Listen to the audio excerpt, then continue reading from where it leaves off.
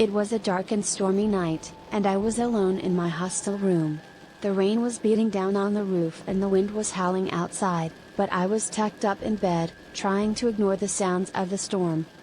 That's when I heard it, a faint scratching at the door.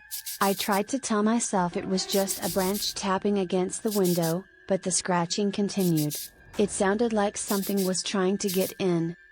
I sat up in bed, my heart pounding in my chest. I was too scared to move, too scared to even breathe. The scratching grew louder, and I could hear something snuffling and snorting on the other side of the door. Suddenly, the scratching stopped. There was a moment of silence, and then a loud thud shook the door.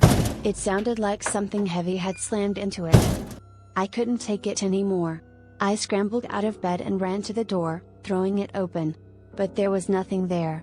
The hallway outside was empty and silent. I stood there for a moment, heart racing, trying to catch my breath. And then I heard a sound from behind me, a soft whispering, like someone was speaking in my ear. I spun around, but there was no one there. And that's when I saw it, a dark, shadowy figure in the corner of my room. It was like nothing I had ever seen before, a writhing mass of tentacles and eyes, pulsating and shifting in the darkness. I tried to scream, but no sound would come out. The creature started moving towards me, its tentacles reaching out to grab me.